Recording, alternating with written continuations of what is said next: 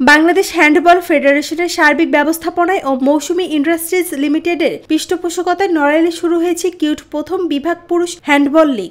বৃহস্পতিবার বীরশ্রেষ্ঠ নূর মোহাম্মদ স্টেডিয়ামে র্যালির মাধ্যমে উদ্বোধন হয় এ লিগের। নড়াইল জেলা ক্রীড়া অফিসার মোহাম্মদ কামরুজ্জামানের সভাপতিত্বে উদ্বোধন করেন নড়াইলের অতিরিক্ত জেলা প্রশাসক ও উপসচিব লিঙ্কন বিশ্বাস।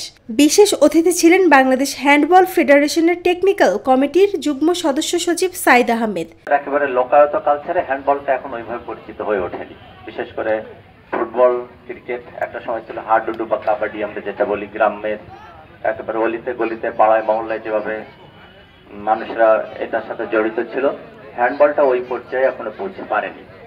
কিন্তু হ্যান্ডবলের খেলার মধ্যে কিন্তু প্রচন্ড নান্দনিকতা আছে, হ্যান্ডবল খেলার মধ্যে প্রচুর আনন্দ আছে। আমরা যখন টিএটিসি ট্রেনিং করেছি তখন আমাদের এই খেলাগুলো খেলতে হতো, তখনই হয়তো প্রথম এই খেলা আমরা খেলতে শুরু করেছি। আর এর মাঝে মাঝে দু একবার টিভিতে দেখেছি, অলিম্পিক গেমস যখন হয় তখন দেখা হয়েছে, কিন্তু খেলাটা তখন সে তো একেবারে খেলাধুলোর বয়স পার করেই বলতে তখন আমরা এগুলো একটু নেমেছি, তাও ট্রেনিং এর সুবাদে তখন মনে হয়েছে যে না, খেলার মধ্যে প্রচুর নান্দনিকতা আছে, শৈলী আছে, শিল্প আছে, আনন্দ আছে। 24টি ক্লাবের অংশগ্রহণে 11 দিনব্যাপী এ লিগ চলবে আগামী 14 সেপ্টেম্বর পর্যন্ত।